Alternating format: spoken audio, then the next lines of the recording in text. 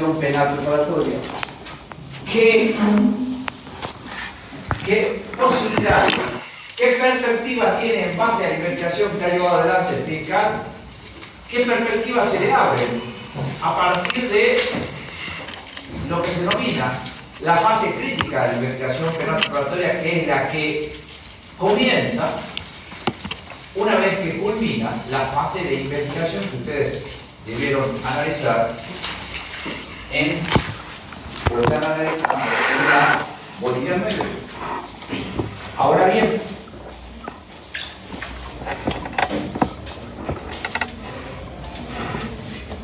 el programa nos pide que analicemos este periodo crítico. Y este periodo crítico tiene una serie de notas distintivas y una serie de presupuestos que vamos a examinar. Ahora bien, al cabo de la crítica de la investigación que realizará el fiscal, tendrá una serie de posibilidades que se le van a abrir. Esto tiene que ver con los dos puntos que siguen en la bolilla 10. Uno es el mérito conclusivo incriminatorio y el otro es el mérito conclusivo desincriminatorio. El segundo y el tercer punto de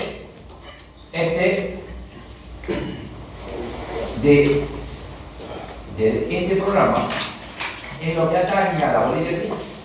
La bolilla 10 va a hablar del periodo crítico y luego va a hablar de las dos posibilidades que tiene ese periodo crítico: el mérito conclusivo incriminatorio y el mérito conclusivo desincriminatorio. Es decir, ¿qué pasa cuando al cabo de la investigación el fiscal culmina esa investigación? ¿Qué posibilidades tiene?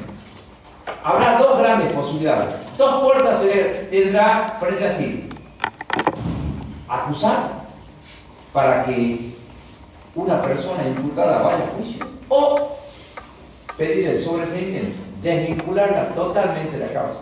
Dos posibilidades se le van a abrir en nuestra ley de enjuiciamiento provincial, porque nuestra ley de enjuiciamiento provincial está enfocada en el sistema acusatorio. En un sistema mixto, que era el régimen que nos regía con anterioridad, había tres puertas. Tres puertas. Procesarlo, que es lo que sucede en la justicia federal en general, en aquellos ámbitos en los cuales todavía no ha llegado el sistema adversarial, porque forma parte del cual forma parte del Código Federal.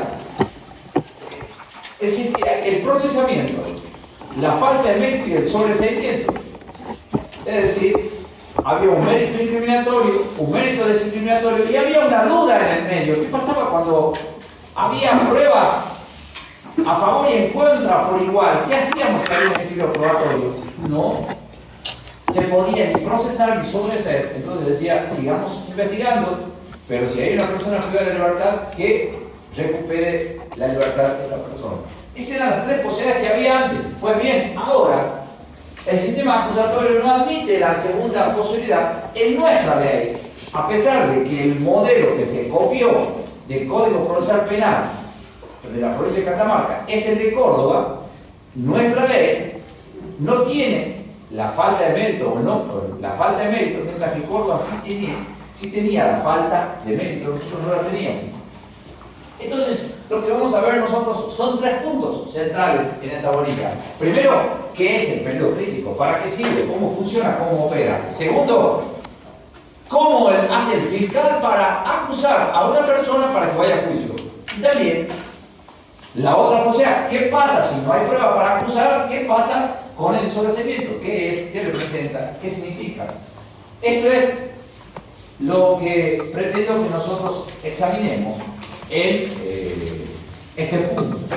Y fíjense ustedes que cuando hablamos de mérito conclusivo de investigación penal preparatoria, en nuestro código aparece en contados artículos. Ustedes miran del artículo 350, busquen el Código Procesal Penal 350 en adelante, van a advertir cómo el legislador se ha ocupado de este periodo crítico en determinados artículos.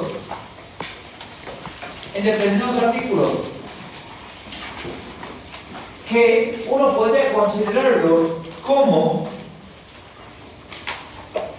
que, miren, una bolilla está en 10 artículos aproximadamente.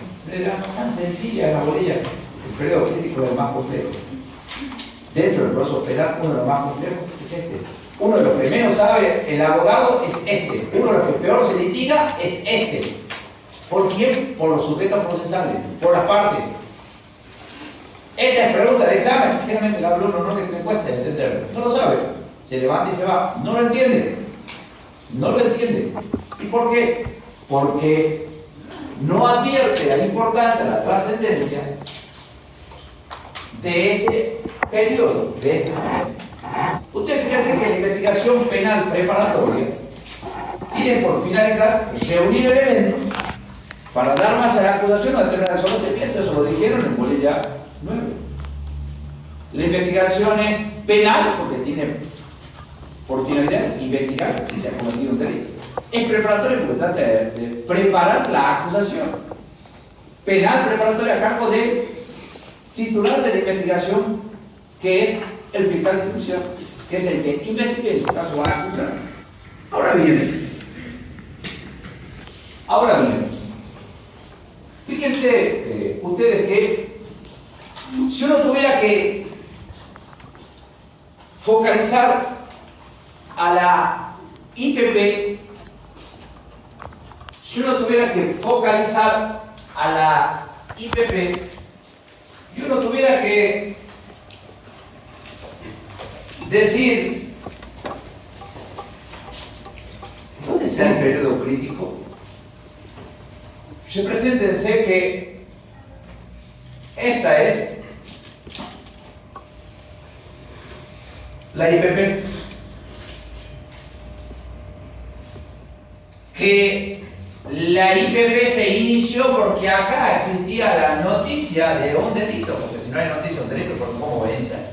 Acá están los modos de inicio de la IPP, que esa IPP tenía por finalidad reunir elementos para dar base a la acusación para que vaya a la otra etapa, que sería esto, el juicio, o que se quede ahí y termine con el sobreseimiento, desvinculando a la persona sometida a proceso.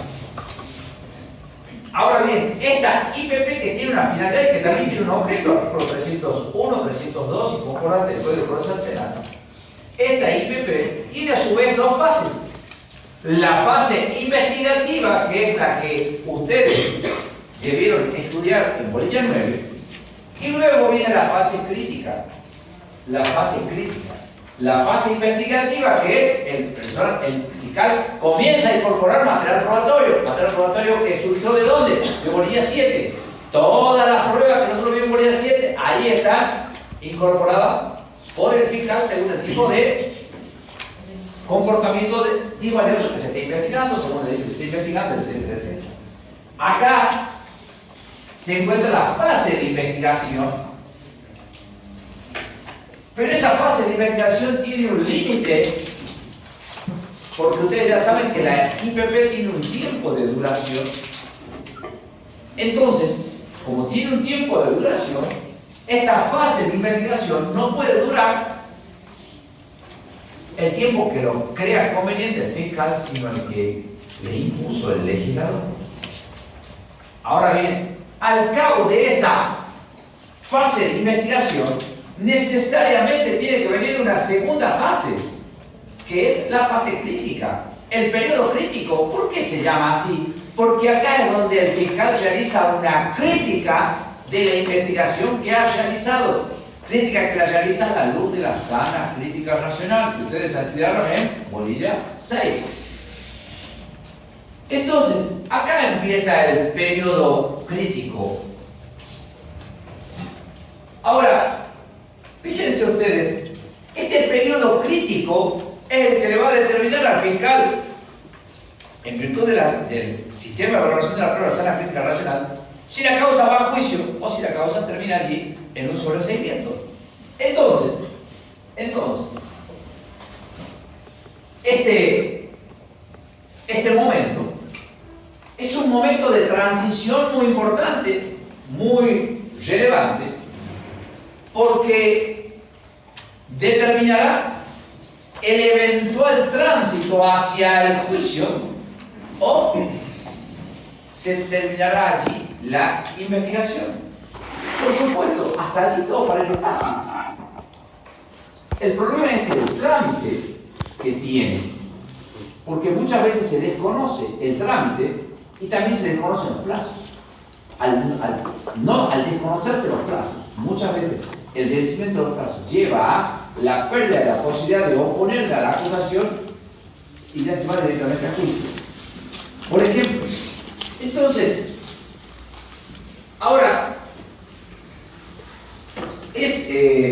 fíjense que el periodo crítico es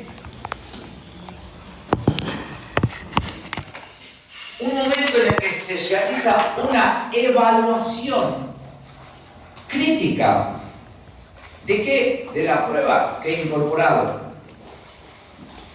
Pero al mismo tiempo también conclusiva en esta instancia de los elementos probatorios que incorporé. Ahora, fíjense ustedes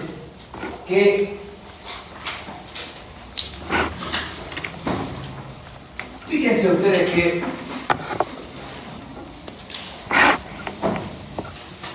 cuando queremos hablar acerca de cuál es la importancia que tiene el periodo crítico, la función de filtro. ¿Filtro de qué? Y pasará por el camino de la sana crítica racional. ¿Qué prueba pasa y qué prueba no pasa? Función de filtro. Ahora, fíjense ustedes que ¿por qué tiene una función de filtro? Y porque por este tamiz que deberá ser evaluado según el sistema de la sana crítica racional, el fiscal debe pasar toda la prueba. Y allí deberá tener en cuenta algunas cuestiones. Primero, que para pasar esa prueba necesita un presupuesto. Si no, no lo puede hacer la declaración del imputado. No podré formular la acusación si previamente no le he recibido declaración del imputado. Es un presupuesto. No necesita un presupuesto. Es algo que se exige para realizar, en su caso, el requerimiento de citación a juicio para formular la acusación. Previamente tengo que haber recibido declaración del imputado. Declaro o no declaro, no importa. El acto tiene que haberse realizado. Pero por un lado, ese presupuesto que es la declaración del imputado no es suficiente, porque luego se le exigirá al fiscal que cumpla con otros requisitos. Es decir, que al cabo de esa investigación y de haber recibido declaración de imputado, existan elementos de convicción suficientes que lo lleven a él al estado conviccional de probabilidad respecto de la existencia del hecho y la participación del imputado. Probabilidad, prueba de cargo con mayor eficacia conviccional que la de descargo. En materia penal las pruebas no se miden, no se cuantifican. Tengo tantos testigos, si tengo 10 testigos y la otra parte tiene 3 testigos, voy a triunfar porque tengo 10 testigos. No, las pruebas no se miden, no se cuantifican. En todo caso, si cabe la expresión gráfica, se pesan por la eficacia conviccional que generan en el fiscal. Un testigo tiene tanto valor probatorio como otro testigo o no. Un testimonio tiene el mismo valor probatorio que un reconocimiento de la persona o no. Una pericia psicológica, una pericia psiquiátrica de la víctima, ¿cuál es el valor probatorio que tiene? Esto empieza a valorarlo según la sana crítica racional. Entonces, decimos que tiene una función de filtro. ¿Por qué? Porque el fiscal solamente va a formular la acusación siempre y cuando le haya recibido declaración al imputado y tenga prueba que lo lleve al estado conviccional de probabilidad. ¿Probabilidad de qué? De que el hecho existió y lo cometió el imputado. ¿De dónde surge esa probabilidad? Del material probatorio. No surge de lo que él piensa, de lo que él cree. Lo hace en función del material probatorio. Ahora,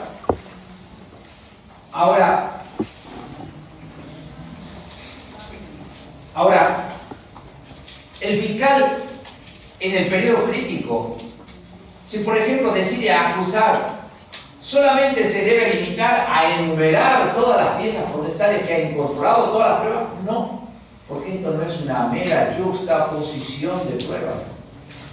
Lo que se exige es la valoración jurídica del caso, el análisis del caso. ¿Por qué esta prueba testimonial para él es importante y aquella no? ¿Por qué esta pericia tiene trascendencia y otra no? Y así sucesivamente con cada uno de los elementos probatorios. Por eso que aquí se requiere una auténtica valoración jurídica, un auténtico análisis del material probatorio según el sistema de la sana crítica racional. Es decir, esa valoración jurídica le debe permitir al cabo de la misma, al fiscal de instrucción, arribar al estado de probabilidad que le permitirá en su caso formular la acusación, porque si no llega a ese estado no podrá formularla. Ahora, fíjense ustedes que cuando hablamos del mérito conclusivo, ¿cuál es la función que tiene el mérito conclusivo? Mérito conclusivo es todo el periodo crítico, que puede ser conclusivo incriminatorio si acuso, desincriminatorio si formulo el sobreseimiento o si pido el sobreseimiento. ¿Cuál es la función? Primero es un filtro procesal, lo acabamos de decir. Impide la elevación a juicio de causas infundadas. ¿Está claro? Segundo, exige una evaluación probatoria, es decir, permite avanzar solo en casos con pronósticos razonables de condena. Evaluación probatoria, el material probatorio que he evaluado me llevó al estado de probabilidad, porque si no me llevaba al estado de probabilidad, ¿cómo voy a mandar enviar a juicio a una persona? ¿Se le quiere probabilidad? No, se le quiere certeza positiva. Probabilidad. ¿Qué pasa si tiene improbabilidad? No puedo.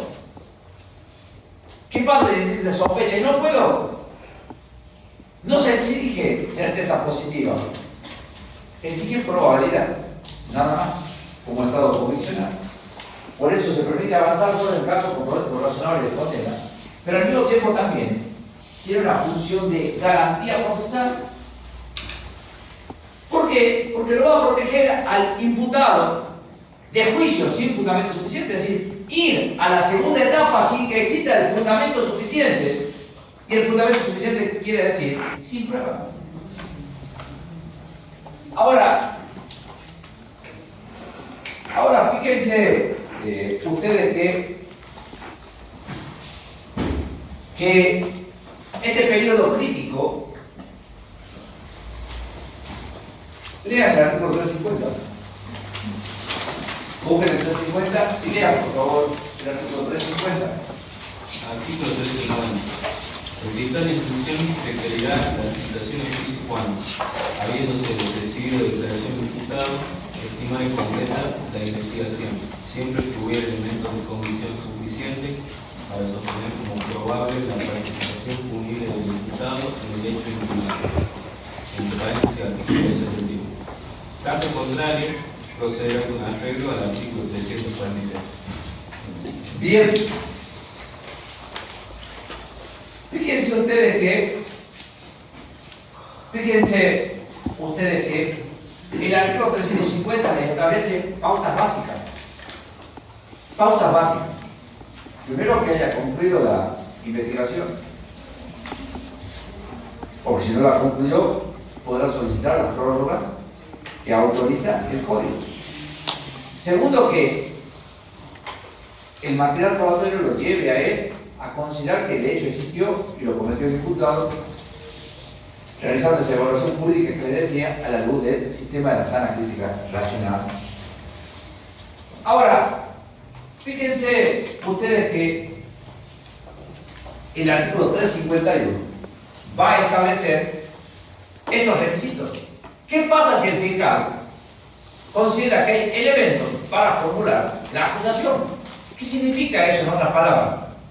Considera que hay elementos probatorios que lo llevan a él a sostener que el hecho existió y lo cometió el imputado con toda probabilidad. Esto se tiene que pasar a la segunda etapa, que es el juicio. ¿Cuáles son? 351. Contenido de la acusación, artículo 351. El requerimiento fiscal deberá contener, bajo pena de nulidad, 1. Los datos personales del imputado o, si se ignorasen, los que sirven para identificarlo. 2.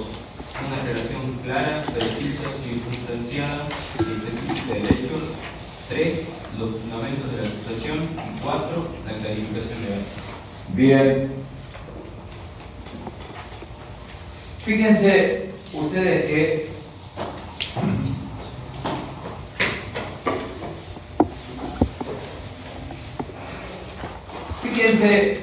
ustedes que aquí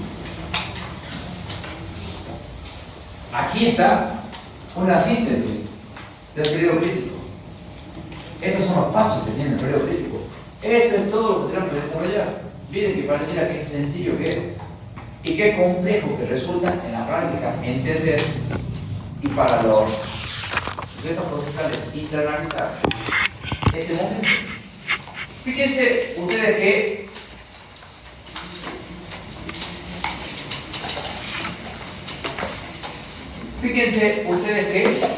nosotros decíamos aquí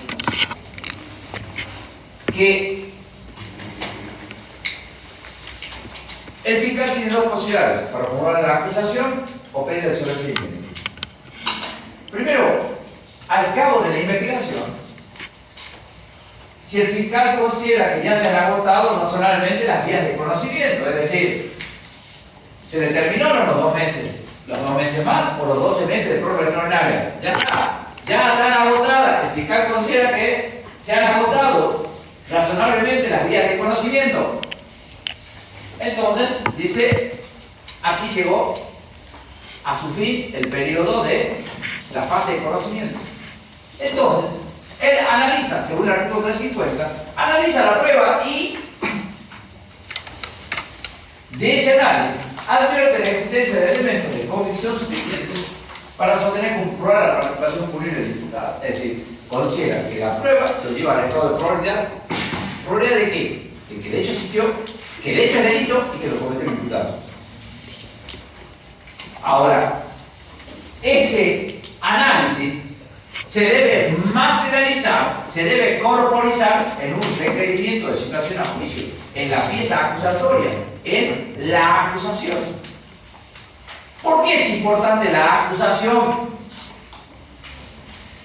Porque eventualmente, si se llega a un juicio, hay una regla básica: no hay juicio sin acusación. ¿Cómo podríamos llevar a alguien a juicio si no hay una acusación? Porque ustedes deben saber que cuando analicemos la orilla del juicio, el juicio empieza con el primer acto procesal del juicio, es la acusación. Lo primero que se lee es la acusación porque no hay acusación sin juicio. Entonces, ¿cuál es el basamento de que nosotros tenemos que formular una acusación? No hay acusación sin juicio. Ahora, ¿puede ser una acusación informal? No. La ley claramente, con su compañero, nos ha indicado, señala que ese requerimiento fiscal debe ser fundado y formalmente cumplido en cumplimiento de los requisitos del artículo 351. Por favor, veamos cuáles son esos requisitos. Primero, los datos personales del imputado o, si se ignorasen, los que sirven para identificarlo. Datos personales del imputado. ¿Y por qué dice datos personales del imputado? Porque ya los tenemos. porque ya lo hemos indagado al imputado, porque ya prestó declaración, no se negó a prestar declaración, pero ya lo tenemos. Ahí está los datos. Primero, datos personal imputado o ciudadano en aquellos que quisieran para identificarlo. Ya lo tenemos, porque no podríamos formular la acusación, lo decimos si no existe este presupuesto de persecutado. Primero. Segundo requisito. Una relación clara, precisa, circunstanciada y específica del hecho. Relación clara, precisa, específica y circunstanciada. Clara significa cuento un hecho, cuento un suceso de la vida cotidiana. No es que todos los días se mata una persona, no es que todos los días alguien se puede legitimar, sino que debo contar un hecho, un acontecimiento histórico, con una particularidad. Ese acontecimiento histórico debe encuadrar en una norma penal, si no, a título de que formularíamos la pieza acusatoria. Una relación clara. ¿Qué quiere decir? Términos sencillos. Términos que cualquier persona lo puede entender. Clara. Luego dice... 3. No. Tiene... Clara. ¿Qué más? Precisa. Precisa. Dos imputados. ¿Qué hizo cada uno? Ese es el problema de una pieza acusatoria. No dicen relatar qué hizo cada uno. ¿Cuál es el rol de cada uno? Precisa. Precisa. Tiempo, lugar, modo. Preciso. O con la mayor aproximación posible. Porque donde tendremos que precisar todo esto será allá, al final, en el juicio, cuando se formula la acusación definitiva en los alegatos. Ya lo veremos. Precisa quiere decir establecer las circunstancias de tiempo, lugar y modo. ¿Dónde ocurrió? ¿Cuándo ocurrió? ¿Cómo ocurrió? ¿Quién fue? Con el grado de probabilidad exigido. Precisión. Precisión. Si es coautor, ¿qué hizo? Si es partícipe necesario, ¿qué hizo? Si es partícipe secundario, ¿qué hizo? Si es autor inmediato, ¿qué hizo? Precisión. Esto es lo que falta muchas veces a las piezas acusatorias. Precisión. Y esto es lo que le falta al sujeto procesal, es controlar la precisión. Específica. Específica. Está vinculado con la anterior. El rol de cada uno de ellos en el robo de los sujetos procesales, de los imputados. Clara, precisa, específica y circunstancial, tiempo, lugar, modo, persona. Tiene que ser un relato sencillo. No puedo decir el día 8 de marzo del año 2024, Juan violó a Elvira. Porque no estoy utilizando o no estoy describiendo cuál es la conducta. Porque violó, ¿qué es violó? Es un término técnico. Tendré que decir abusó, accedió carnalmente por vía vaginal. Tengo que describir la conducta. Muchas veces se utiliza el lenguaje del Código Penal. No, tengo que utilizar con sencillas palabras, hacerlo encuadrar en un delito de robo.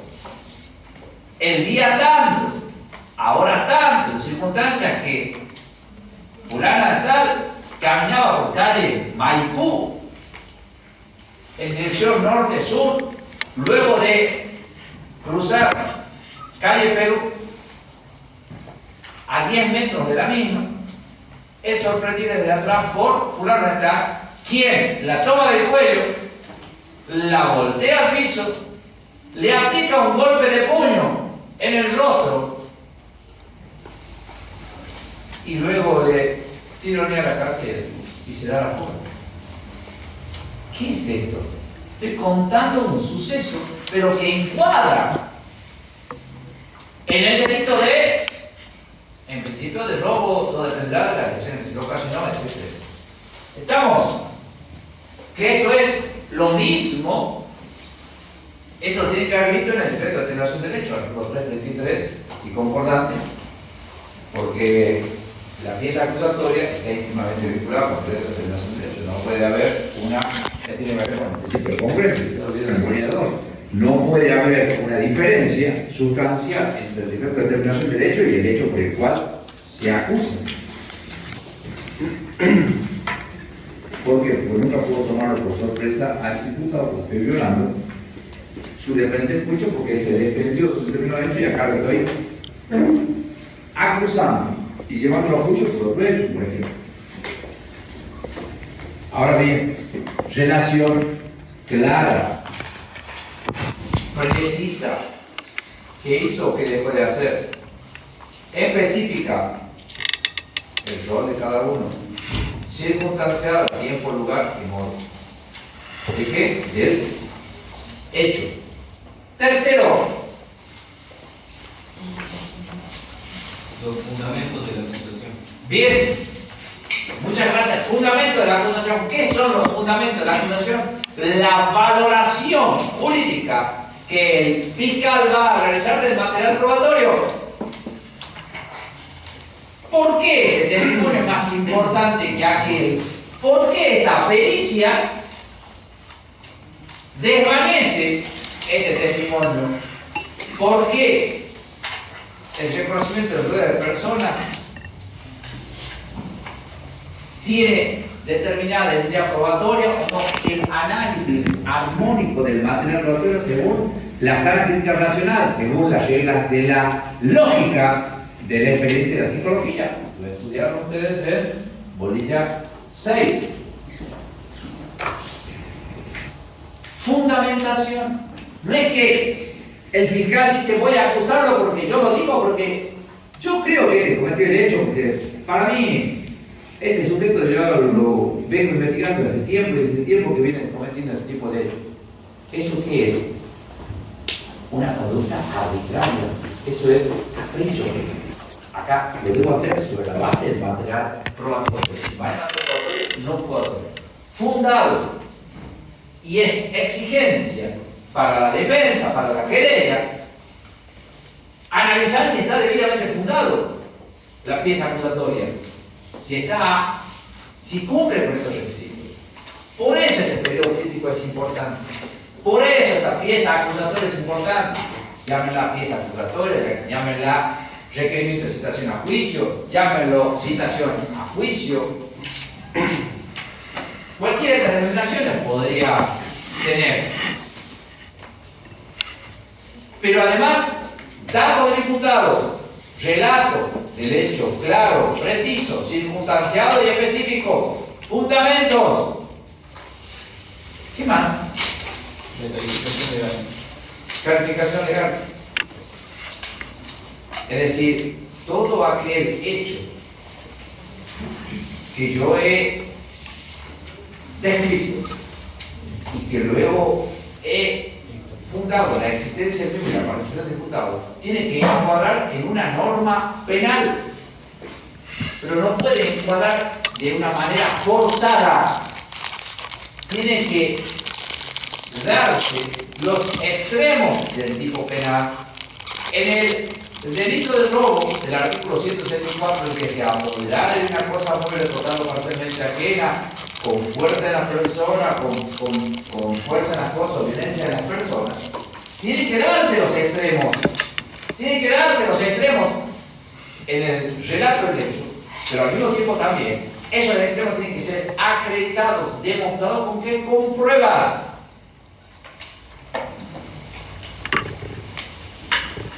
¿Tiene algún otro requisito? Miren ustedes, 4. Pero dice, solo eso sí, 4. Nada más. El tema es trasladar esos 4 requisitos al hecho que está trabajando fiscal de instrucción para que luego él lo pueda plasmar en un documento que deberá ser notificado a todas las partes.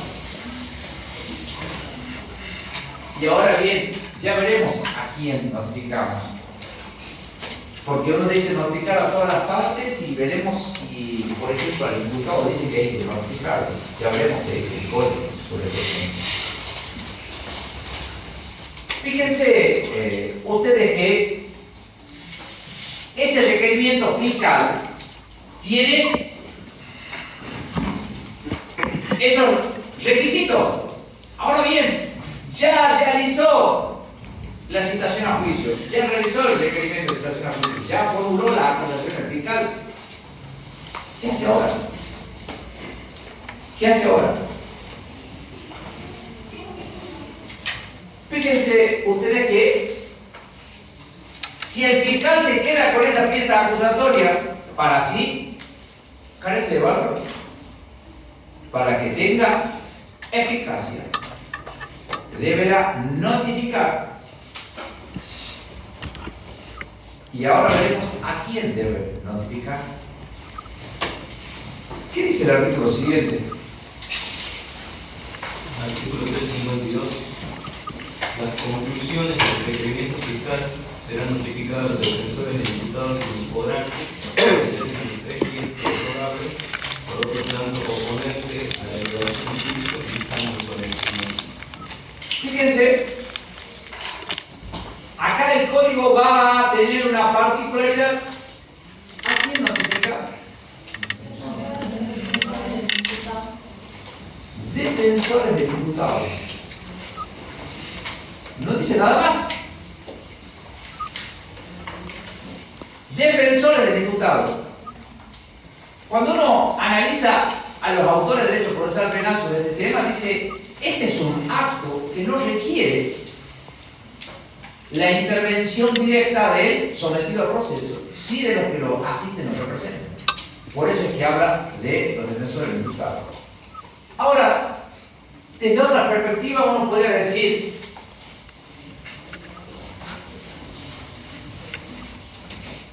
esta es la IPP, este es el periodo de conocimiento, llegamos al periodo crítico y mientras aquí existía el grado de sospecha y el imputado estaba relativamente tranquilo, hay sospecha, todavía tengo posibilidades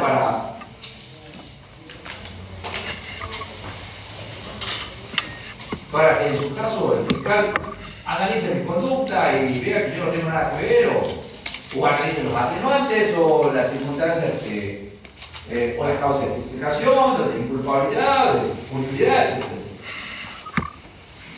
Pero el fiscal lo acusa y lo acusa con el grado de probabilidad, le dice, yo no tengo sospecha, tengo una probabilidad de que te lo cometer hecho.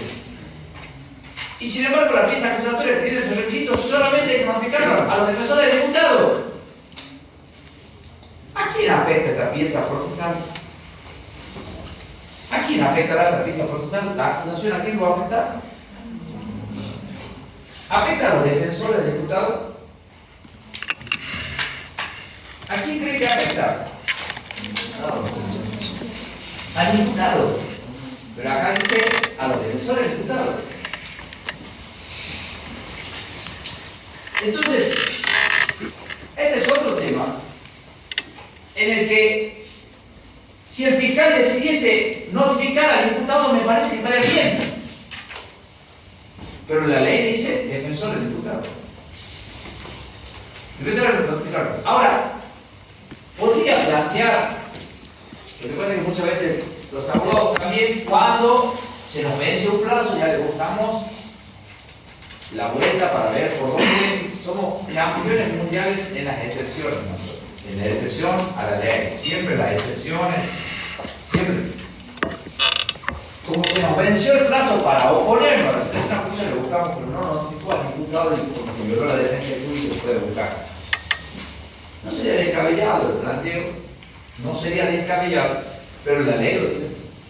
La ley viene diciendo así, no dice, la ley no dice nada, Y en general los tribunales tampoco se exigen presentación porque la ley dice, acá dice defensor del imputado. Ahora, ¿qué pasa si hay querellante? Tengo que notificarlo. La ley no me dice. Dice, lo tengo que notificar. ¿Por qué? Porque es un sujeto eventual en el proceso penal. Y me parece a mí que tengo que notificarlo. Notificarlo de vez para que se entere. Se entere qué está pasando en la causa. Después ya en la parte de los recursos, en la bolilla 14, cuando analicemos recursos, veremos qué recursos tiene el querellante particular. Ya veremos. Pero también habrá que analizar qué pasa con el querellante. ¿Debemos notificar o no debemos notificar? Yo creo que hay que notificarlo. Por lo menos para saber en qué. ¿Cómo va la causa? Notificarlo. Necesita el representante de la víctima. Miren ustedes, hay algún tribunal en Córdoba que no se constituyó la víctima en querellante y la víctima después se opuso porque dijo: a mí no me notificaron, siendo víctima, fundándose en que en la Ley Nacional de Víctimas 27.372. Ojo con el tema de la víctima, ojo con el derecho a la víctima, ojo con este tema. ¿Por qué? Porque ustedes solamente tienen 4 incisos ahí por el 94 nada más. Pero la ley nacional es la que va a primar, y miren bien la ley nacional. La ley nacional los puede sacar, los puede ayudar en algún momento si ustedes están interviniendo en defensa de los intereses de la víctima.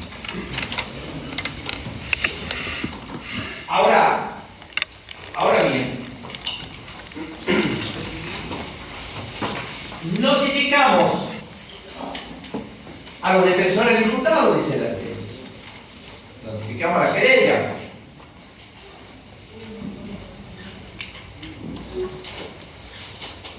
¿Qué pueden hacer los defensores del imputado ahí? ¿Qué pueden hacer?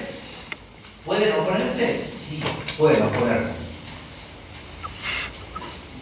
¿Pueden oponerse a qué? A la citación al juicio. ¿En qué plazo? Lo dice la ley. 3 días. Prorrogable por 3 días más. Hay que tener muy en cuenta esos 3 días y esa prórroga. ¿Desde cuándo van a empezar a contar? Porque hay veces en los que contemplan los días y se vio perjudicado mi ahijado procesal. Es fundamental tener en cuenta los días. Aquí. Ustedes saben que en materia penal, a diferencia de materia civil, los días son corridos. Y que opera en toda su dimensión el artículo 181, aquel que hace referencia a los actos procesales,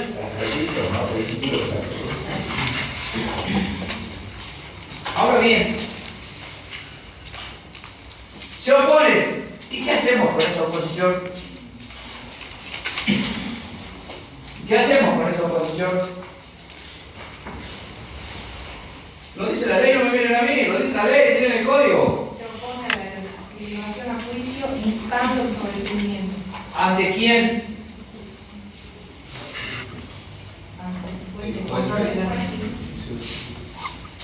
Cuando hablamos cuando hablan de la IPP, acá arriba de la IPP, como un dron, está el juez de control de garantía. Aquí, arriba de la IPP, como un dron, que solamente va a bajar ese dron cuando alguna de las partes se lo solicite. ¿Es así o no es así? ¿Lo vieron en la IPP? Quiero, señor juez, que participe del reconocimiento de la persona porque el imputado lo ha solicitado. Bien, baja el dron, participa del acto procesal y se va. Señor juez, solicito una orden de allanamiento. Baja el juez de control de garantía, da la orden y sube el dron. ¿Por qué? Y porque el juez de control de garantía, cuando analizamos bolilla 1, competencia material, verifica o tiene las funciones propias que le han sido concedidas para que actúe durante la investigación penal preparatoria controlando en general que se verifique el cumplimiento de las garantías constitucionales. No controlando al fiscal, controlando que se verifique, controlando el respeto de las garantías constitucionales. Por eso es que hay actos que el fiscal puede realizar por sí mismo y otros no lo puede realizar. Y para eso se necesita la intervención del juez de control de garantía. Entonces, este es uno de los actos en los cuales el juez de control de garantía va a bajar para intervenir en esa oposición y va a tener jurisdicción sobre ese conflicto y nada más. Y va a analizar y va a tener jurisdicción solamente sobre esa cuestión que le plantea el párrafo. Nada más. Salvo que existiese alguna comunidad que la pueda declarar de oficio, etc.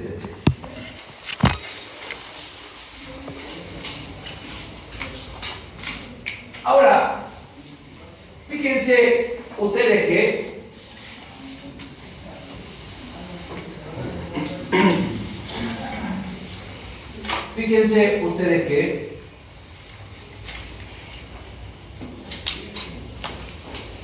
miren, ¿qué puede hacer el juez de control de garantías?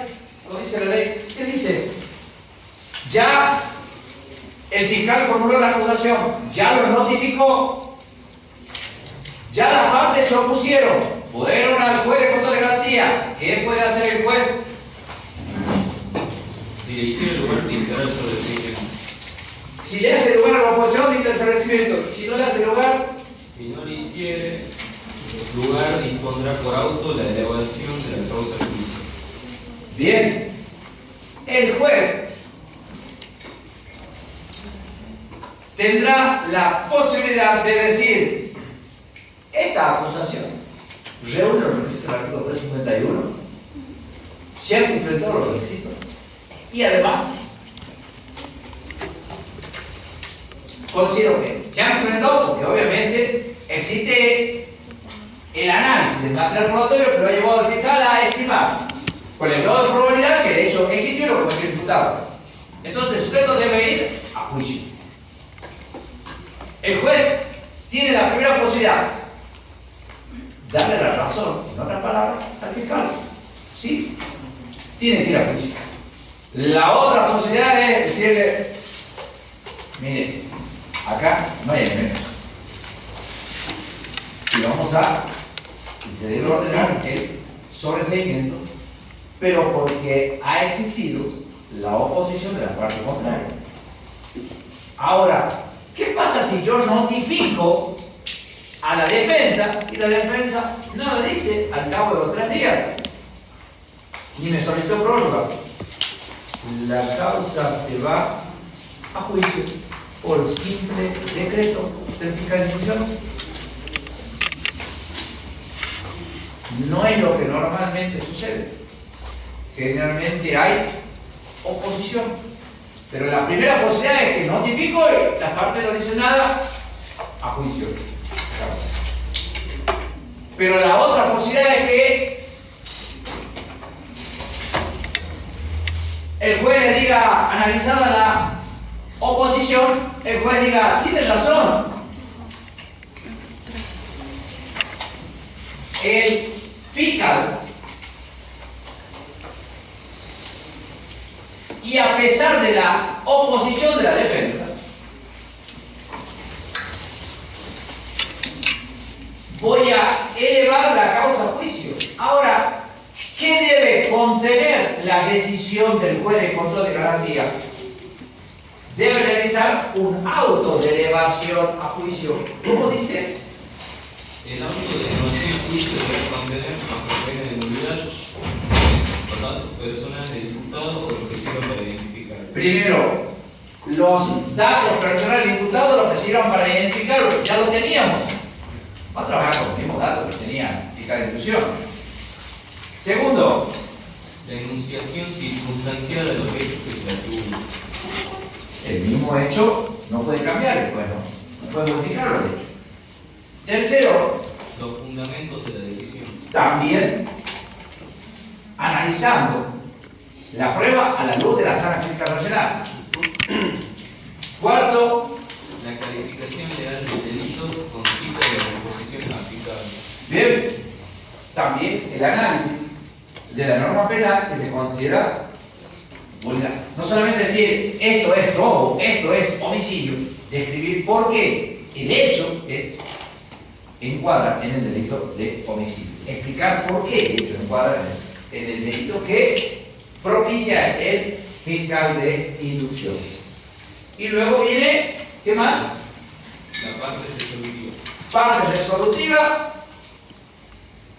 no hacer lugar al solicitado desde otra perspectiva es que se proceda a la elevación de la causa. Ojo, que el juez realice el auto de elevación a juicio no quiere decir que esté acusando. El juez lo que está haciendo es diciendo: la pieza acusatoria reúne elementos que me llevan a considerar que el hecho existido lo cometió el imputado con el grado de probabilidad exigido por ley. No está acusando el juez.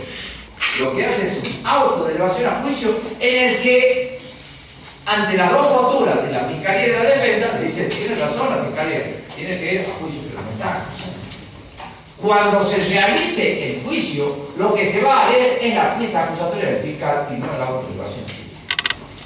¿Por qué? Porque no es el fiscal, el juez que acusa. No hay que confundir y no estamos acá mezclando tanto como diciendo: me explico una bolilla a uno que investigar y acusar y va por un lado y jugar y decidir por otro lado.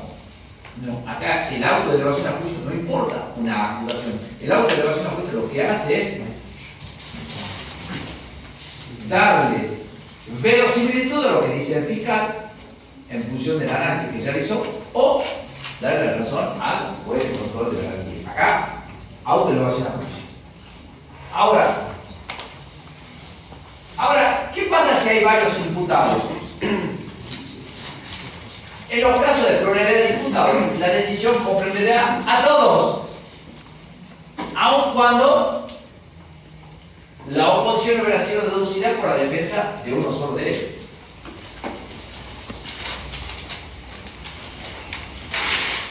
Ahora, ¿qué sigue diciendo la ley, por favor?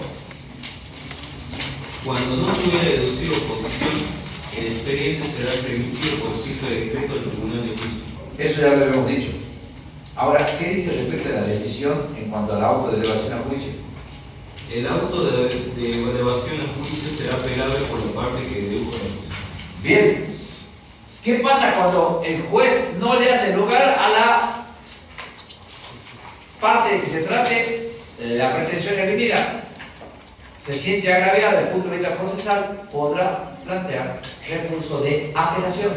Artículo 31 del Código Procesal Penal, cuando vayamos en competencia material, va a la Cámara de Apelaciones.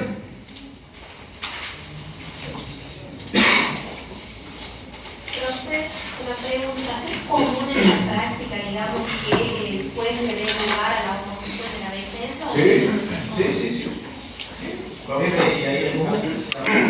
A veces uno se enojaba como fiscal, pero le daban a la persona. Cuando se enojaba como fiscal y le daban a la persona. Decía fiscal también, el fiscal de inducción, y a veces no nos gusta cuando no nos hace lugar a algo, pero sí, no vayan a pensar que porque la defensa, no, los jueces, como ellos no están, no llevan adelante la investigación, entonces no atienden a la investigación como propia. Ellos bajan de acá, los llaman y dicen: ¿usted está de turno? Sí, mira, acá hay una oposición, listo, analiza la oposición, pero no investigó nada, entonces analiza, listo, tiene la garantía, nada más. No es lo mismo que el fiscal de instrucción que lleva adelante la investigación. Cuando uno va a llevar adelante la investigación, uno la siente como propia. Entonces, a veces es una cuestión, a veces uno no distingue y muchas veces hace personal las investigaciones estas, o lo toma como personal alguna decisión que no me agrada o que no satisface mi pretensión, etc. Pero sí, se le hace lugar. Se le da sobreseimiento. Sí. Doctor, ya en veremos. ese caso tenemos vale la pena que tenemos la posibilidad de apelar a los fiscales. Claro, No se cierra. es que la apelación, Ya van a ver después. cuando dice la apelación, no me hacen, a ver, la apelación es para ambas partes. Le hicieron lugar al fiscal, se realiza el auto de elevación a juicio, se siente agraviada la defensa, apela. El auto, el juez le dice, no tiene razón el fiscal, tiene razón la defensa, se siente agravado el fiscal, apela, fiscal.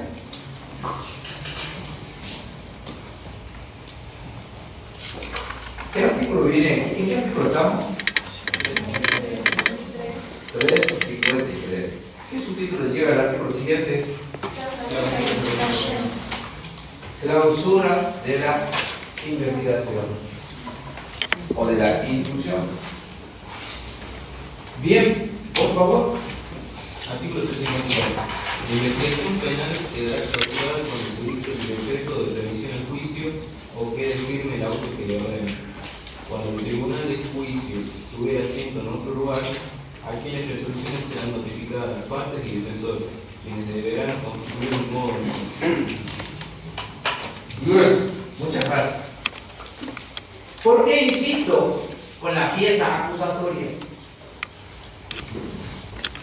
¿Por qué insisto con el periodo crítico? Porque si esto es la fase de investigación dentro del IPP y este es el periodo crítico, técnicamente, cuando el fiscal realiza la citación a juicio o el requerimiento de citación a juicio o formula la acusación, ¿qué es lo que está allí? Allí técnicamente está promoviendo la acción penal. Promoviendo la acción, muchas veces van a escuchar, promovió la acción penal, no se la promueve. Técnicamente es acá, ¿por qué? Porque es el momento en el que el fiscal excita la jurisdicción y dice, señores jueces, háganle juicio a este sujeto, porque probablemente cometió este hecho. Y el tribunal, que está en una situación pasiva, saldrá de esa situación o de ese estado de pasividad y le hará el juicio a este sujeto para determinar si en función de la acusación del fiscal corresponde condenar o absolver. Y lo que descubrirá el fiscal, el juez, el tribunal de juicio, ya lo veremos en el juicio, en la orilla pertinente, descubrirá la verdad absoluta no, la verdad material no, la verdad verdadera no, la verdad de la acusación nada más. Porque la verdad absoluta es algo imposible de lograr. La verdad de la acusación solamente. Y también eso no quiere decir, para otros es la verdad aproximada a lo que ha sucedido. Estamos hasta acá. Este sí no es 5 minutos, ¿cierto? Supresión del proceso de prueba. No tiene nada que ver. 356 y empieza el juicio, la etapa del juicio. Fíjense, periodo crítico. ¿Entendieron periodo crítico? Si no lo entendieron, avisen ahora, porque después ya es tarde. Si no lo entendieron, si hay alguna parte que no lo entendieron, me avisan. Y retrocedemos 1 o 2 cancilleros. O empezamos la clase de nuevo, dentro de nuevo, buenas tardes, de nuevo. Ya me dicen, a ver, tienen total libertad para decirlo. ¿Tienen claro todo? No se queden con duda, estoy acá para disipar la duda. Si yo no sé, si no sabe el doctor, vamos a buscar alguno hasta que encontremos alguno que disipe la duda de ustedes. Estamos acá por eso. No hay duda. Es ahora o nunca. No hay más. No hay más duda. Bien. Vamos a pasar. Busquen en el código. Busquen en el código.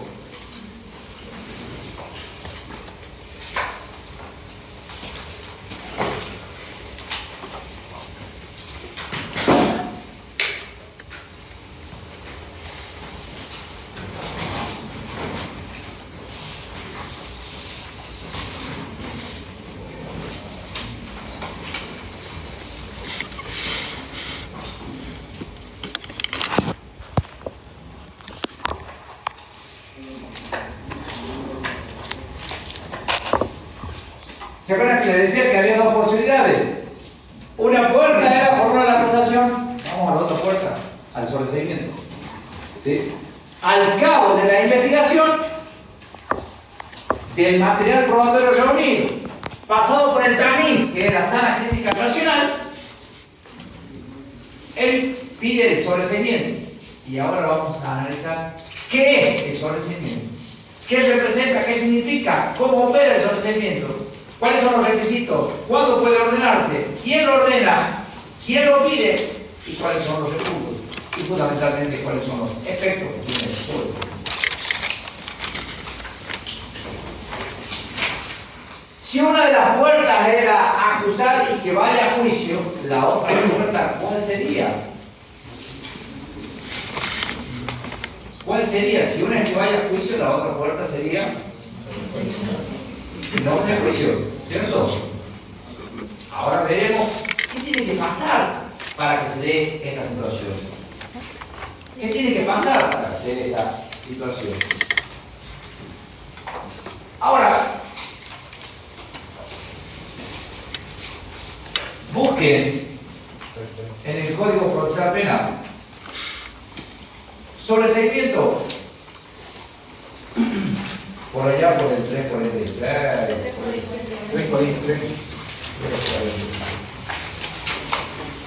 346 están las hipótesis de sobreseimiento. Primero, ¿qué podríamos decir del sobreseimiento? Que cierra definitiva e irrevocablemente el proceso respecto de aquella persona cuyo favor se dice. El sobreseimiento cierra definitiva e irrevocablemente el proceso respecto de aquella persona cuyo favor se dicta. ¿Qué significa esto? Que aquella persona a quien se le ha ordenado, se ha dispuesto el sobreseimiento, en otras palabras, quedará desvinculada de la causa. Ahora bien, el sobreseimiento es una absolución. Mientras en la IPP hay dos posibilidades, o acusación o sobreseimiento, en el juicio hay dos posibilidades, absolución o condena. La absolución es lo mismo que el sobreseimiento, no. Ya lo veremos cuando veamos juicio, pero sí podemos decir que en lo esencial, en lo que le atañe al imputado, me desvincula de la causa. Sobreseimiento y absolución. Ahora, los efectos de la absolución son más trascendentes, más importantes que el sobreseimiento. Ahora, los dos me desvinculan de la causa, pero la absolución tiene efectos mucho más trascendentes, más sustanciales que el sobreseimiento. Ya lo veremos cuando analicemos en la huella pertinente a absolución. Acá no corresponde el sobreseimiento. Ahora,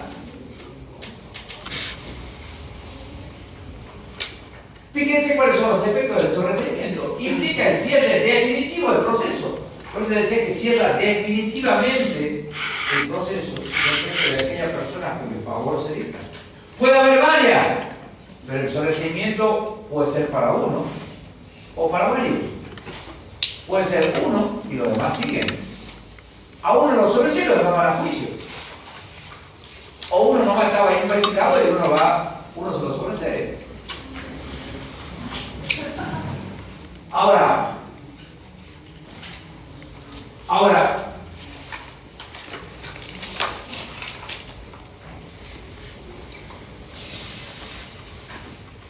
bien, ¿qué dice el 343?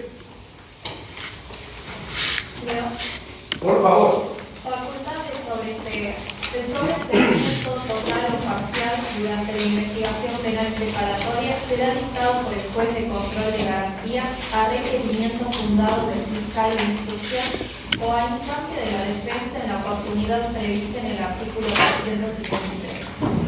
Durante los actos preliminares del juicio procederá en los casos del artículo 366 Teofilis. Bien, muchas gracias. Primero, en la IPP, que vendría a ser todo esto, solamente puede ser a pedido del parte.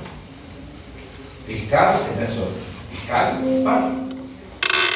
Defensor, a pedido de ellos. ¿A quién le piden? Al juez de control de garantía. Usted verá, el fiscal puede pedir y sí va a pedir, ¿por qué no? Cuando se analiza el artículo 70 del Código Procesal Penal, que lo debieron haber analizado en el día 5, Ministerio Público Fiscal, el fiscal debe hablar con objetividad. No esconde pruebas y decide en función del mandato del cuerpo. Si encuentra pruebas a favor, las valora a favor. Si tiene que ordenar o pedir perdón en el sobreseimiento, lo va a pedir. Porque no es un acusador a ultranza. Ahora bien, se lo piden al juez de control de garantía 343, 344.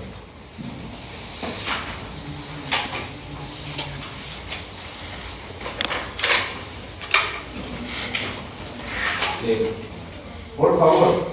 Discrepancia, artículo 3.4. Si el fiscal de instrucción solicitase sobre el procedimiento y el juez no estuviera de acuerdo, se elevarán las actuaciones al fiscal general en lo penal. Si este coincidiera con lo solicitado por el primero, el juez resolverá en tal sentido. En caso contrario, el fiscal general formulará el requerimiento de citación a juicio, que tramitará con arreglo a ese título.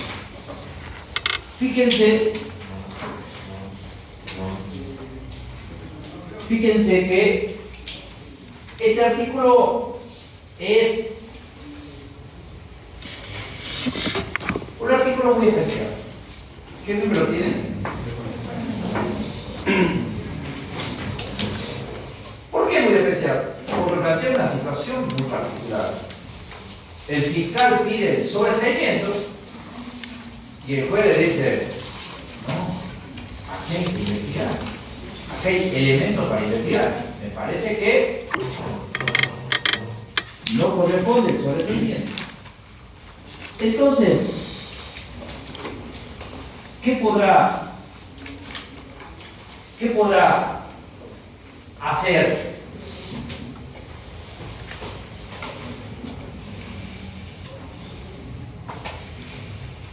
el juez? Lo que no podemos hacer es seguir con las imágenes. No importa, seguimos haciendo más. Es que ese es para, no sé qué está trabajando ahí. No hay problema, sí. Puede llegar ahí. No.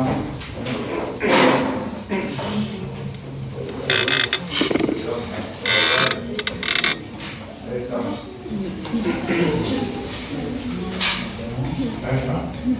Ahí está, muchas gracias. ¿Sí? Veamos.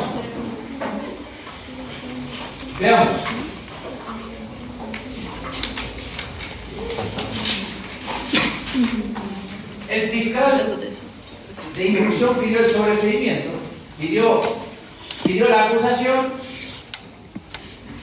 formuló la acusación y el juez dice, no, acá no hay elementos para acusar, acá no hay elementos para sobreseer lo que hay que acusar. Titular de la acción penal, juez de control de garantía. ¿Quién resuelve la contienda? Lo dice el 344, ¿quién? El fiscal general. Él le dará la razón a uno u otro. Uno puede pensar, el fiscal es jefe de los fiscales, que va a dar siempre la razón al ministro público. No. Me tocó ser juez de control de garantía en un momento y se planteó una contienda y en ese momento que llega el fiscal general le dio la razón. No porque sea yo, me dio la razón porque había elementos, ¿no? Pero puede no dar la razón a... Es una situación muy particular, muy especial que se plantea. No se plantea con asiduidad, pero el fiscal general obra con total objetividad. Si hay elementos. Ahora, ¿qué pasa con esa causa? ¿Vuelve al fiscal que pidió el sobreseimiento? No. Tendrá que enviársela a otro fiscal al que le siga el turno. ¿Por qué? Y porque este fiscal ya tiene opinión formada sobre esa cuestión, entonces hay que enviarle a otro.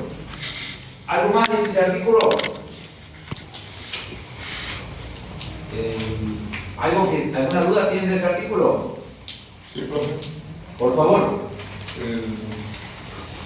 El fiscal general puede estar por encima del juez. Este era un planteo que se formuló allá por noviembre del año 2004, cuando aparece la ley 5097. ¿Cómo es este tema? Que no es que van por un lado el Ministerio Público, por otro lado los jueces, cómo es que si el Ministerio Público no tiene jurisdicción, etcétera, etcétera. Acá lo que se buscó es una salida diplomática a una cuestión. ¿Es discutida? Sí. ¿Es discutible? Sí.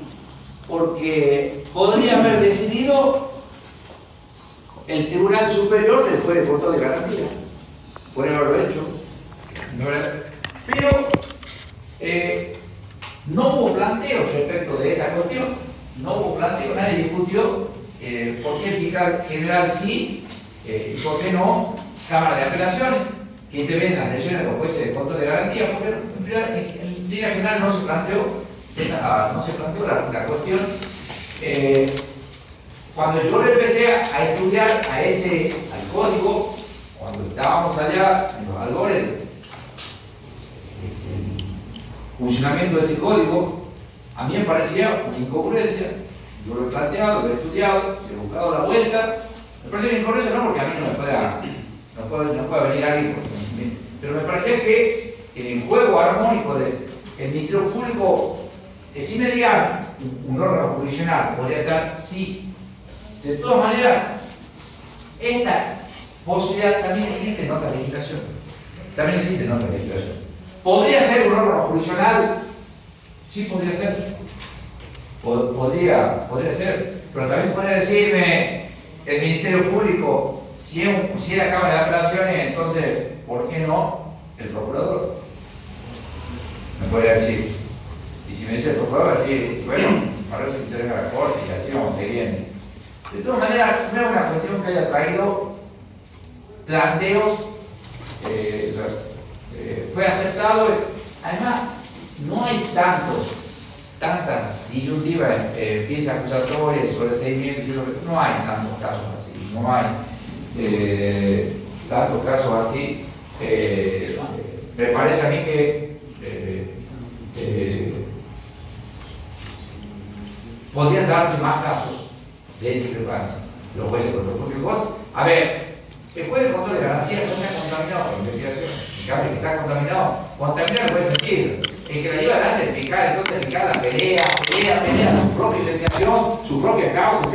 En cambio, el juez no la conoce la causa, nada. Es alguien que puede obrar con total imparcialidad porque no tiene ningún compromiso con la causa ni bueno. No es que el fiscal lo tenga, simplemente que el fiscal, una medida que va investigando algo, se va comprometiendo, la va sintiendo como propia y siente como propia cuando le va mal en la causa. Siente como propia, en realidad uno no tiene que sentirla como propia, uno tiene que obrar con objetividad y nada más. No se olviden de este tema. Nunca hagan una cuestión personal de una causa. Nunca hagan una cuestión personal. Nunca lo tomen como una cuestión. No, esto es vida o muerte. Para mí esta que se le va la vida, acá no se va a morir. La vida se va por la vida no se va por acá. Entonces, no, si yo pierdo esta causa, si quieres salvar mi vida, no tengo que poner todo mi empeño, mi esfuerzo, mi conocimiento al servicio de mi cliente. Pero además, no tratar, no poner en cuestión, este deseo que soy yo, etcétera, etcétera. No tengo que pensar esas cuestiones, aun cuando me podrán decir, sí, hay casos en los que uno pareciera que deciden en contra de uno. A nadie, a ninguno de nosotros, a ninguno nos gusta que tome una decisión que contraria a nuestra pretensión, porque va en contra de lo que nosotros decidimos. A nadie. El día de mañana, como ustedes litiguen, no les gusta que la sentencia sea desfavorable o que la otra interlocutora sea favorable. A los jueces tampoco nos gusta que nos llevemos una decisión, porque decimos, pero si tenemos razones. Hay veces que no tienen razón. Hay veces que el Tribunal Superior Jerárquico se equivoca y ustedes se dan cuenta que hay veces que se equivocó, pero también se equivoca. Porque la justicia de los hombres es falible. Falible. Para los que somos creyentes hay una sola justicia, la divina, no hay nada más. De ahí para abajo es todo falible. Pero también en algo hay que creer. Si no creemos en la justicia, vamos a complicar. ¿Entonces? ¿Estamos? ¿Ahí? Bien. Y otra. No te duda, bien. Sí, puede ser recurrible la decisión del fiscal general. En principio no. Pues ya tenía el conocimiento. Y así va a la casa, después viene el fiscal general y dice, no, va al juicio. Esto es, no, en principio no. Directamente lo cortaron ahí. Lo cortaron ahí. Como, por ejemplo, ustedes vieron con la doctora Cabanilla, vieron medios de coerción. Y los medios de coerción vieron la audiencia de control de detención. La audiencia de control de detención no tiene recurso de apelación. No tiene recurso de apelación. La cortan ahí nomás. No, y a mí me parece que debería tener recurso. Pero ¿por qué le tiraron al juez? Si no, no va a tener más. No va a tener más. Para tener a la cama se la seguimos. Recurso de apelación se seguimos. Porque acá somos campeones para plantear recursos. Somos campeones para la excepción. Somos campeones mundiales. Campeones mundiales para discutir, para buscarle la vuelta, la excepción a la regla, la excepción a la excepción. Bien, Profesor, por favor. ¿quién le envía el caso al próximo fiscal en turno? ¿El juez de control de garantías o el fiscal general? A ver, seguramente la causa va a volver al fiscal de instrucción, porque el fiscal de instrucción tiene que poner la causa y se la deben enviar al fiscal que por turno corresponde.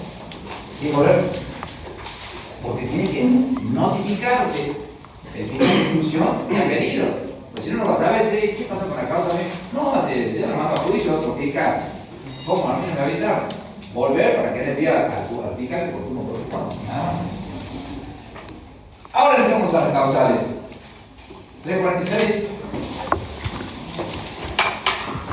346. Venimos hablando sobre cuáles son las causales. Sí, por favor. ¿Son las 7:25? Sí. Gracias. Causales. ¿Cuándo procede el sobreseimiento? Primero. Artículo 346. Procedencia. El sobreseimiento procederá cuando sea evidente. 1. Que el hecho investigado no se cometió o no Bien. se puede investigado. Primero, no se cometió. El hecho no se cometió. El hecho no se cometió. No hubo un acontecimiento histórico diverso para el derecho penal. Segundo, existió, pero no lo cometió el imputado.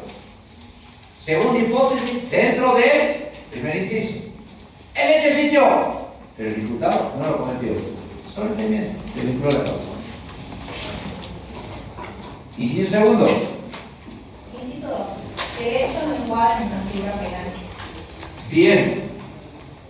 Veamos que el hecho no encuadra en una figura penal.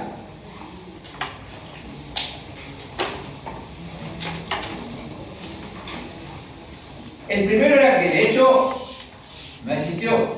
Acá, el hecho existió, pero no encuadra en figura penal. Ustedes verán, pero ¿cómo no? No encuadra en figura penal. Se llegó a esta instancia. A veces con 2 o 3 medidas se puede solicitar el sobreseimiento. Imagínense ustedes un ejemplo burdo, el que va a la despensa de la esquina de la casa y saca algunas cosas, porque se debe pagar a fin de mes. Le dan una libreta y a fin de mes no paga. Y la dueña de la despensa va a la casa y va a ir a hacer una denuncia. No hay prisión por deuda, si no estaríamos dando clases nosotros, no tendríamos alumnos tampoco, quizás, pero no. Entonces, no es para el figura penal. ejemplo más que existieron en la historia, el tema de los cadáveres, cuando se pedía rescate de cadáveres, puede darle el ejemplo de ver a quién quería cadáver, llevarse a su casa. Bueno, había unos que encontraron el negocio en Argentina y el negocio para todos. Siempre Argentina tiene una mente muy particular. Los caballeros de la noche. Los caballeros de la noche eran los caballeros de la quema, ¿no? Eran los caballeros de la noche, eran estos. Fueron al cementerio, fueron al estudio de derecho penal, en parte especial. Fueron al cementerio y dicen, ¿cómo hacer para buscar? Empezaron a buscar cadáveres, pedían rescate por los cadáveres.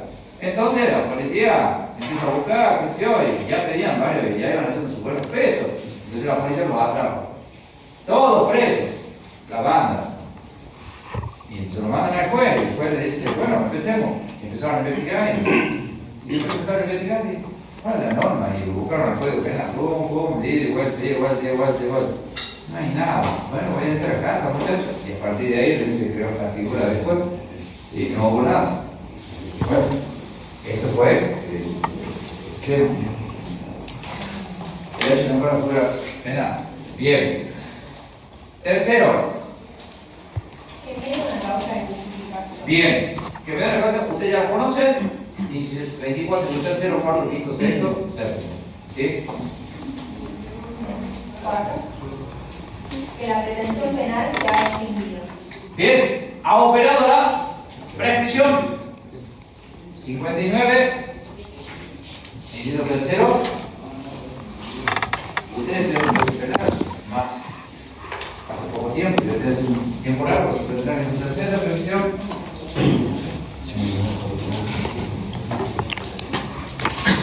Bien, no importa. No importa. Bien, se extinguió la pretensión en su tercero. Bien. Se extinguió la pretensión penal. Fíjense las causales, que interés, que dicen, hasta acá no la llegamos, ¿no? Sigamos. Inciso 5. Que vencieron los Ahí está. Miren el plazo. Miren este tema. Tiene que ver con el plazo. Por favor. que vencieron los plazos ordinarios y extraordinarios de investigación penal preparatorios, artículo 377, y no hubiere suficiente fundamento para elevar la causa a juicio, artículo 350, o que sea agotado la investigación sin que fuera razonable objetivamente prever la incorporación de nuevas pruebas. Bien. Fíjense. Acá está. Tenemos causales objetivos, que ya lo hemos visto, causales subjetivos, mira esta. Que hayan vencido los plazos ordinarios y extraordinarios. Ordinario, 2 meses más, y hasta 12 meses más. Ordinario y extraordinario de la investigación. Y no hubiera suficiente fundamento para elevar la causa a juicio. Es decir, no tengo pruebas que me lleven al estado de probabilidad. O que se haya agotado la investigación sin que fuera razonable objetivamente prever la incorporación de una prueba. Miren, ya se agotó, ya no tengo más pruebas que incorporar. Entonces puedo pedir el sobrecimiento. ¿Cómo se llama el sobrecimiento? Por vencimiento de los términos de investigación.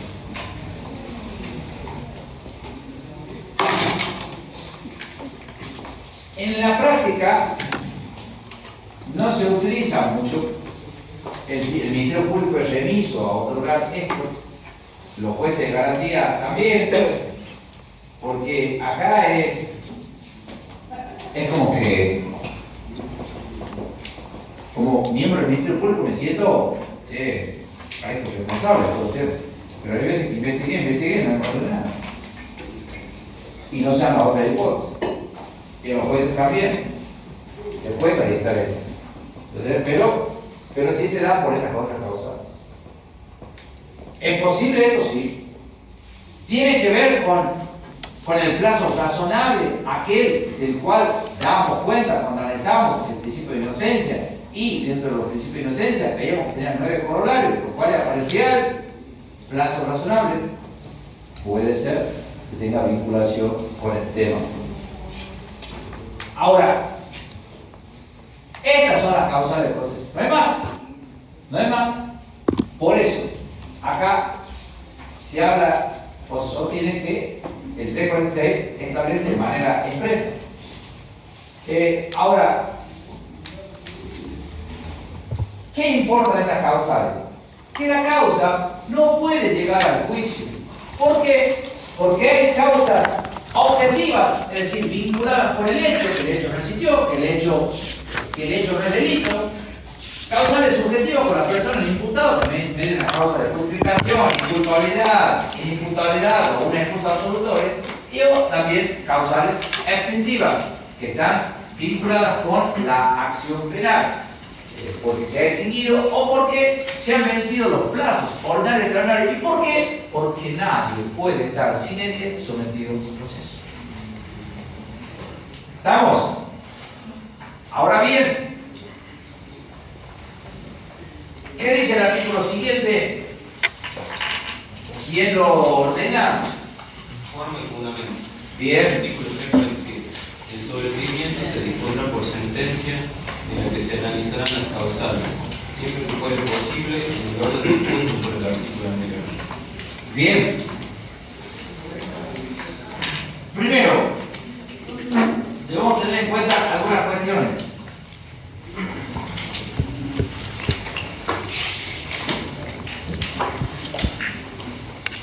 El sobreseimiento solamente puede ser dictado por un órgano jurisdiccional. ¿Por qué? Porque el sobreseimiento se dicta a través de sentencia. Ustedes estudiaron en Derecho Procesal Civil decretos, autointerlocutor y sentencia. El sobreseimiento solamente se lo puede dictar a través de sentencia, igual que la sentencia absolutoria. Sentencia. Entonces solamente la puede dictar el juez, porque tiene jurisdicción. ¿Tiene que ser fundado? Sí, tiene que ser fundado. Es decir, debo dar las razones que justifican mi decisión. ¿Y cómo se elabora una sentencia? Cuando veamos la validez del juicio, vamos a establecer los requisitos de la sentencia. Ahora,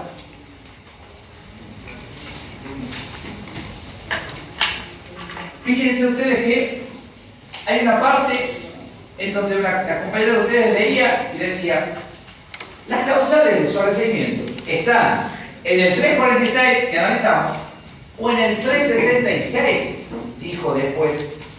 Esas causales del 366 las vamos a ver en el juicio. ¿Cuáles son las causales? Adelantando un poco, puede ser que la causa se eleva a juicio. Se está preparando el juicio y la defensa dice: por favor, hagan una pericia psiquiátrica porque parece que el imputado no está comprendiendo lo que está pasando. Le hace una pericia psiquiátrica, es imputable, listo, sobreseimiento, seguido la protección penal, allí también, el 358 en adelante, o la protección. Son algunas causales que pueden darse en el 366, que eso lo analizaremos más adelante. Pero lo que me interesa es que acá conozcan el sobreseimiento que se da en la investigación penal probatoria y también puede darse en el 366, sobre el cual volveremos cuando analicemos la bolilla del juicio. Otra cuestión que me interesa destacar es que la decisión del juez es apelable. ¿A dónde va? A la Cámara de Apelaciones.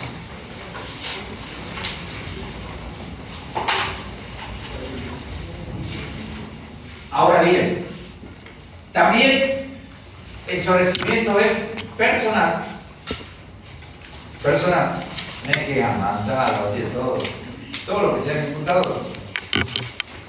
Si hay causales de inimputabilidad, son personales. Si hay causales objetivas, que el hecho no existió o que el hecho no es delito, abarcan todo. Pero hay algunas causales que son personales, como son, por ejemplo, la de la inimputabilidad o la vinculada o la inculpabilidad, pueden ser personales. ¿Estamos? ¿Alguna duda sobre el sobreseimiento? ¿Alguna duda sobre acusación? Tiene que terminar por el bien.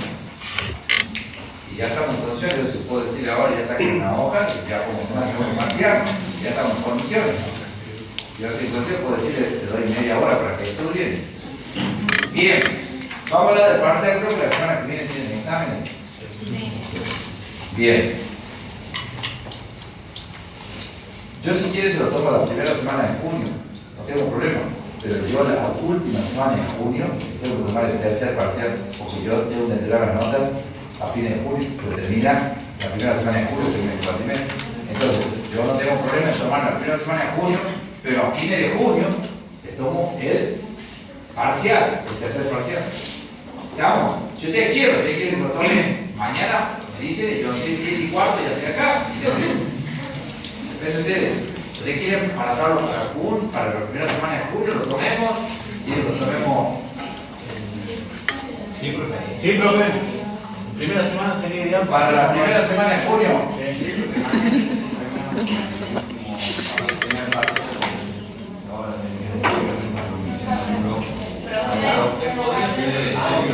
Nosotros primero tenemos un taller de proceso civil el lunes, o sea que mejor se podría ser el miércoles y el jueves de esa semana.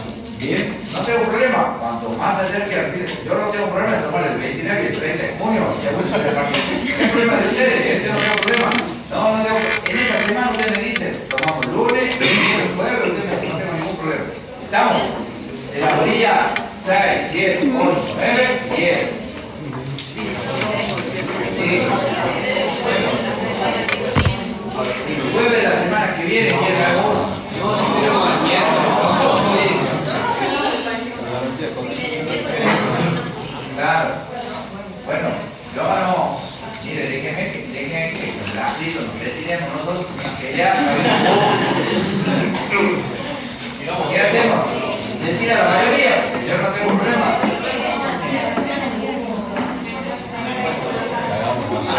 Quieren que hagan una encuesta para ver si nos hacen parcial. No hay nada de papelera porque hay algunos que no se animan a decir que. A ver, levante la mano. Lo que quieran, el parcial para la primera semana de junio. Oh.